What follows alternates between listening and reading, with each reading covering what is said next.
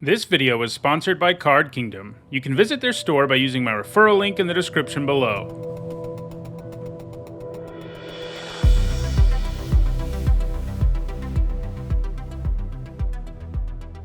Hi everyone, I'm Nizzanotes, and today is Saturday, and that means it's time for another edition of Nizzanotes, my weekly vlog series where I talk about limited Magic. We're still in Baldur's Gate limited season right now on Magic Arena, and so I'm doing a video on that topic today. In particular, I want to talk about 5 bad things and 5 good things about this format. There are some things about this digital-only set that I think are well done, and there are a lot of good things about this format, but I want to start with the bad things first, so we can end on good things and not remember me being really negative in the second half of the video. Instead, I'll just be, negative here at the beginning. So what are the bad things? Well, in no particular order, the first thing I want to talk about is specialize. So, this mechanic, once you get used to it and once you are really, know the format really, really well, isn't a bad thing. I mean, I think once you get to that point, it's fine as a mechanic. But the problem is how difficult it is to remember and to understand every single card in the set and all of the 5 other sides of it. Like, it's just way too much to ask of players. I've done the format a bunch at this point, and I still am, having to scroll through sometimes to say, look at what the specialized options are, even on uncommons. I'm sure by the end of the format, I'll sort of have it down, at least on all the uncommons and rares. But, it's just way too convoluted and complex of a mechanic. I get what they were trying to do with it, but I don't know. It seems like there was probably an easier route to take. Maybe just giving it one side instead of all these other sides. The difference between them is nice. It does give them replay value because you play them in different decks. There's certainly upside, but I think the mechanic is overall poorly designed. You really have to know the cards, and that's just asking way too much of people overall for everyone to have to read through all 5 different forms every time they see them because, you have to decide whether it's worth using your removal on or what your opponent will be able to attack you for on the next turn. It isn't just something you do because you want to know what they all do. You have to know what the different forms are. And if you're having to look at them every single time, it's not good design. You should know pretty quickly, like, 20 drafts in or whatever, you should probably know what these cards do, but you won't because they have so many different sides. On a related note, and this doesn't deal much with limited, I think there was really lazy art direction for this set. Like, if you look at the specialized cards, the fact that they just shifted color palettes, this is a pretty bad thing about the set. It doesn't affect limited that much, but I mean, it doesn't have no effect on it if you sort of enjoy flavor and art and things like that. It certainly has some effect that you look at these and all of them, except for like Luca Mina and maybe a few others, look the same, but with a different color palette on every one of their different forms. Like, it was really lazy. This is a digital-only version of a paper-only set, the Baldur's Gate set. And so they took the art that they made for the Baldur's Gate set and then just rather lazily, put the other art on these 5 other sides for each of these cards. And again, shifted the color palette. That's not great. Similarly, the gates in the set, a lot of people are angry about these because the gates in this set all use the exact same art as the Baldur's Gate gates do. They have the paper Baldur's Gate. And they are completely different. And that's true. I've been sort of trying to wrap my head around why they did this differently. And in the end, I think part of the reason they changed it is they didn't want people to screw up in limited with specialized. So we're coming back to specialized being not such a great mechanic because there's this potential feel bad where if you have a non-basic land in your hand that produces black mana and you can't discard it to specialize, that's going to feel pretty bad. And I think a lot of players would have made that mistake, so they made them have the basic land type, and they are functionally different. They use the seek mechanic. I do like the seek mechanic for limited, but it is another example of sort of lazy art direction and kind of a strange way to change the cards for paper, because there's nothing about the gates that are in the paper Baldur's Gate that couldn't have been in the digital one, but in the end, they changed them at least partly, I think, because of Specialized. So the third bad thing is there are just too many Forgotten Realms reprints. I think having some number of them is fine, and I think this set was sort of intended to feel like a core set, and Forgotten Realms sort of felt like a core set, and so they reprinted a lot of cards. But there's too many of them. You can end up with decks that really don't have that many cards that aren't from AFR sometimes, especially because there's so many of them at common and uncommon. And I also think they did a really poor job of choosing what to reprint. So first of all, sometimes the format doesn't feel substantially different enough from one we had like a year ago. And second of all, the kind of things they decided to reprint or not reprint weren't great for the format overall.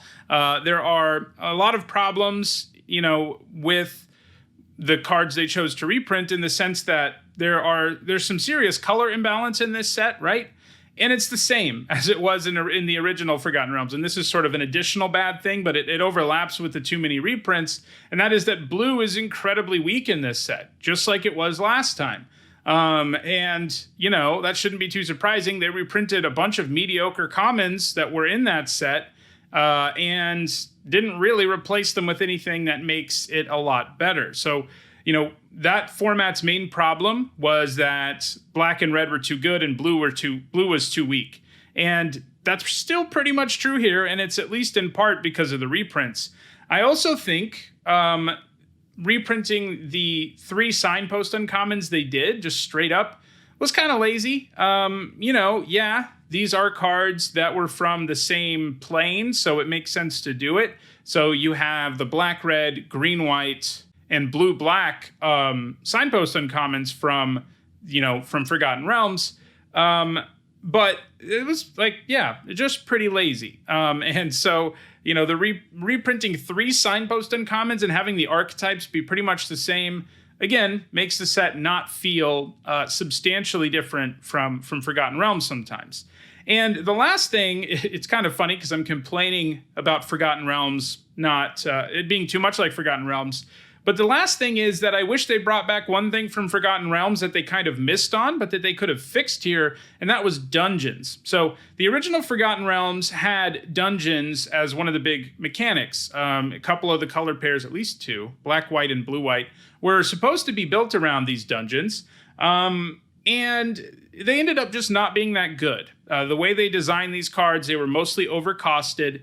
And, what looked like a really cool mechanic, because you're like, hey, I can pick one of these 3 dungeons, and I'm going to, have different options depending on what's going on. And the modality is awesome. But in the end, you basically always chose the smallest dungeon that didn't hurt you. There were occasions when you'd pick the other 2, but you almost always picked the same dungeon, and it was really repetitive, which is exactly what it wasn't supposed to be in Limited. And it's interesting because, in Alchemy, the main sort of format, and in Historic as well, they rebalanced a bunch of the dungeon cards and made them actually good, especially the black-white ones. And, going into this format, it was like, if they are going to reprint signpost uncommons, what I'd like to see are these sort of modified to make better dungeon mechanic, and as well, you don't have to modify the dungeon mechanic, but maybe make the dungeon cards better like they did in Paper. Well, not Paper, but in Alchemy. But they didn't. Dungeons aren't in the set at all. And it gets even worse because there was, of course, a new dungeon that was printed in the Paper version. So, why aren't there dungeons? I don't know. They should have been in the set. And I think, because they missed on it so bad last time, it was the perfect opportunity to show what Alchemy could do. And you could have the color pairs feel substantially different because, they'd actually be pretty good. And they just weren't overall in the limited format last time. So those are the 5 bad things. I think Specialize overall is a bad mechanic. Not power-wise. All the cards of Specialize are really good. But design-wise, I don't think it's a good mechanic. And gameplay-wise, in terms of enjoyment, I don't think it's a great mechanic either. The art direction's lazy. There's too many reprints. Blue is too weak. And there are no dungeons. All of those things are bad for me. Now, let's get positive, though, and talk about the good things. So one really good thing about the set that I think they did a good job with is the dragon archetypes. The teamer colors. I think the signpost uncommons for all three of these are really interesting and powerful, and I think they did a good job supporting dragons overall. It's kind of funny because in Forgotten Realms, they were like, this set has dungeons and dragons in it, obviously for obvious reasons, but then dragons weren't actually a very big theme in the original Forgotten Realms. So that is one thing they changed here, is they made dragons a big deal, but they took away the dungeons, so you just have dragons now. So we're never going to have a set where dungeons and dragons are together as a prominent theme, I guess. But I do think they're all well designed. They're all pretty good. And it's a lot of fun to play the dragon archetypes. They're some of my favorite decks in this format. Not necessarily the best ones, but overall, I think they did a good job of giving us a playable dragon archetype that's in 3 different color pairs. I also like the double team mechanic a lot. Now, this is maybe something that would be on some people's worst lists. This format does lean aggressive, and a big part of that is double team. It's just a powerful mechanic. In the set review, I said it's pretty difficult for any of these cards to not be solid or better because they all have 2-for-1 potential. And that's how it's panned out. Even a 6-mana 3/4 flyer with double team is a nice card in the format, even though, if I told you you can pay 12 mana for 2 3/4 flyers, you wouldn't be that excited about it. But it turns out you are, especially when you can pay it in installments. Those 2 bodies are very real. I think it's an interesting way to do aggro, and it has made aggro decks in the format really good because normally they would run out of gas, but double team makes it a lot harder to make that happen. But I do like the mechanic. I think it's a really interesting example of what you can do with a digital-only mechanic. So it has me sort of excited for the potential future of digital-only mechanics that hopefully don't look like Specialize and look more like Double Team. I also like that this has a core set feel. What do I mean by that? Well, a lot of our sets lately have been very synergy driven. And that's not to say synergy isn't a thing in this set. There are archetypes and all that, but they're more sub-themes in most of your deck. Whatever synergy you have, even if it's a dragon deck, it's sort of a sub-theme in your deck. If you're a red-white aggro deck, that's sort of the one that fits the best because double team is supposed to be the mechanic, and that's what you're doing anyway. But most of the mechanics are sort of sub-themes within your decks, and it's kind of nice to get a break from these high synergy sets that we've been seeing lately. So I like the break from that. It's interesting because Specialize is incredibly complex, but if you pulled that badly designed mechanic out of this set, it really wouldn't be that complicated. Like if you look at the average card in this set, especially at lower rarities, it's pretty simple. The uncommon Specialized cards make the set feel a lot more complicated, and it is because of them. But without them, it really would be more of a core set, which is a set where, there's not nearly as much synergy. Good stuff decks tend to rule the day, and that can get old, of course. But when we've had a lot of synergy like we've had lately, it's kind of nice to go back to sort of old school limited instead of really having to lean into synergy. Another thing I really like is that they have adventures in the set. They brought those back. They did, of course, in the paper version, and I was really hopeful that they would bring it back for this set. And they did. And, I love adventures as a mechanic. I think it's flavorful. It makes sense for the set. And it's also nice and powerful. The 2-for-1s you can generate are great.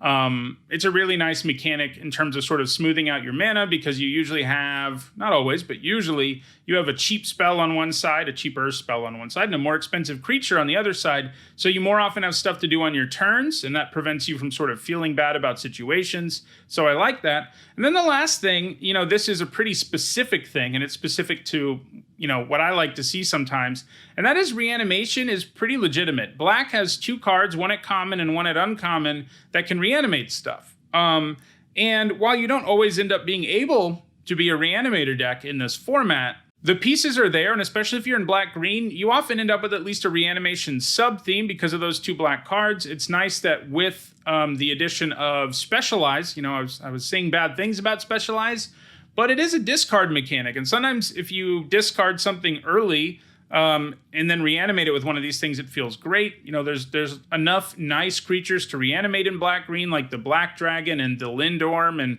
things like that. I think that's kind of a cool feature to have in black-green that's actually there. We don't see it all the time. Lots of formats sort of have a reanimator deck, But I think the last time we had a legitimate one was like core set, it was either 2020 or 2021, where it was the blue-black archetype, and it was really strong. It's not quite that good here. But it is a nice sub-theme to have, I think, because a straight-up reanimation strategy fails so often in Limited. It's nice to see it actually work out here. Those are the 5 good things. I like the dragon archetypes. I like double team. I like the core set feel. I like the adventures. And I like that Reanimator is a thing, even at lower rarities. All right, so let's close out this edition of Nizzanotes as we usually do with a Crack-a-Pack. So we'll be looking at a Baldur's Gate pack, and I'll tell you what I would first pick after also talking about where my thinking is on all the cards in the pack. All right, so here is our pack. Our first common is Young Red Dragon. This thing's been fine, especially if you have dragon payoffs. The fact it makes treasure means it can fix for you. The fact it can't block is a pretty big deal. You need to block in this format sometimes, like in any format, but it seems like more often than not, I have been really pumped that my opponent like paid 4 mana to play this thing, or really disappointed that I was playing it a little more often than I expected. I still think it's like a solid card, but it has sort of dropped for me, and it's certainly not something you first pick. Deadly Dispute is next.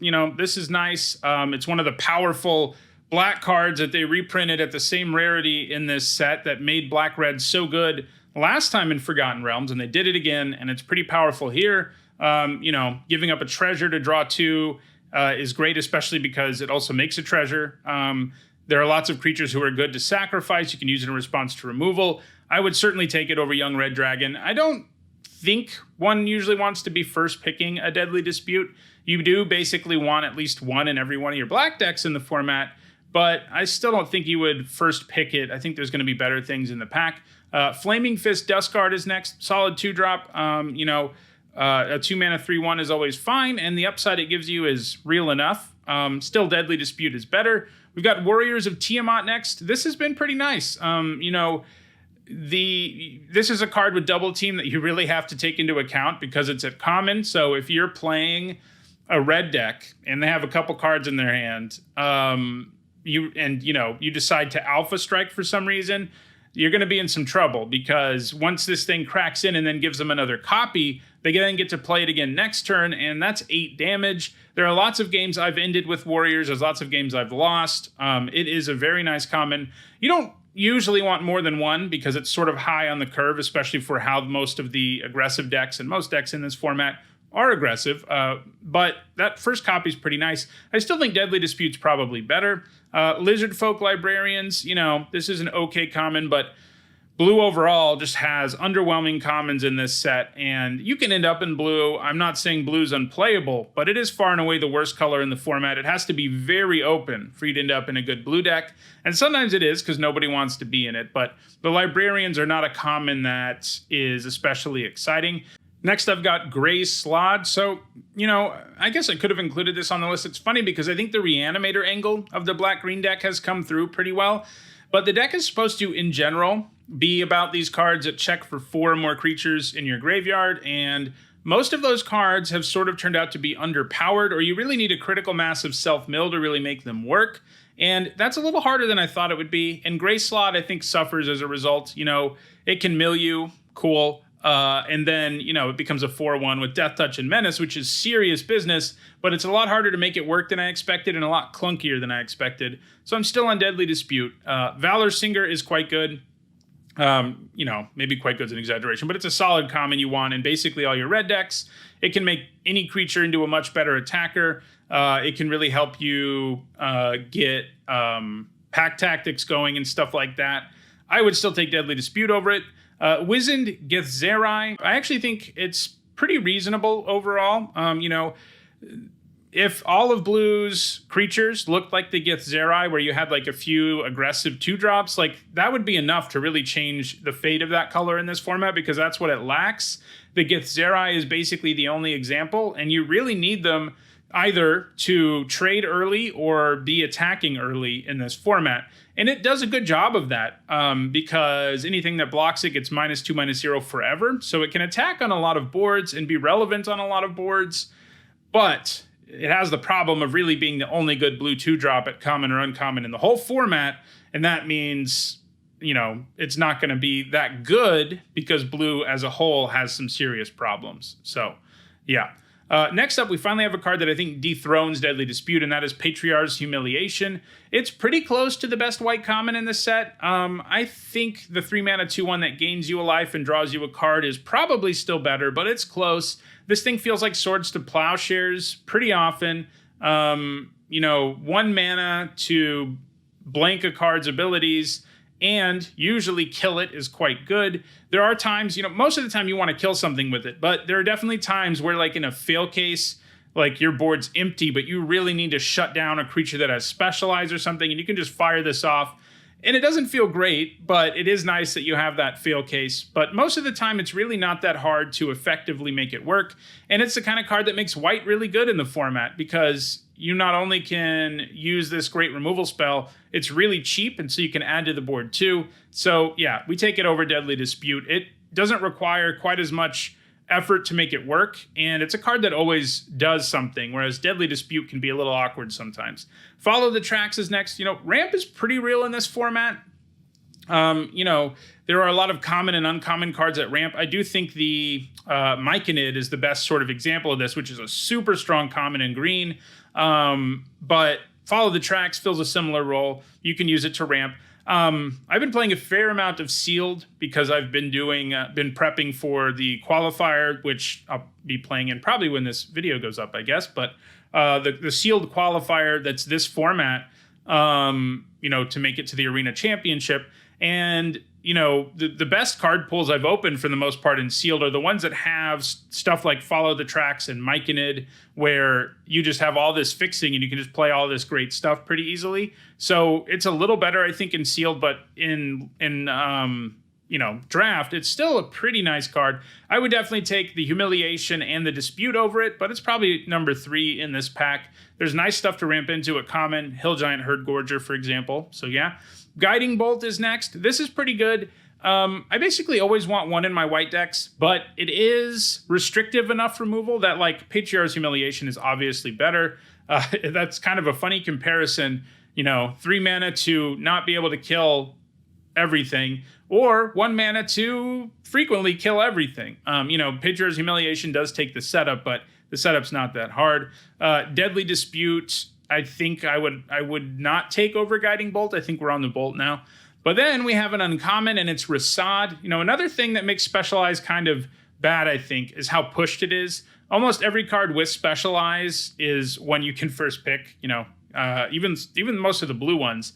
And that also doesn't help the format, that it's just like, oh, hey, this mechanic that's in the set is really pushed. I guess you could say the same about Double Team, but I don't feel like it's quite as true about Double Team. But yeah, Rasad is a creature that comes down and exiles a thing. Even if it never specialized, it would be a great card because it's removal that lets you add to the board, but it can also specialize, and the ways that it can specialize all make it so if your opponent does manage to kill it and get their creature back, it's not going to be as big of a blow. The white version, for example, turns that creature into a blank 1/1, and all the other forms of Rasad and the non-white ones give you some sort of token or something when he dies. So I think you take Rasad over Humiliation. The upside of its Specialize is really nice too. It gets bigger and everything. So yeah.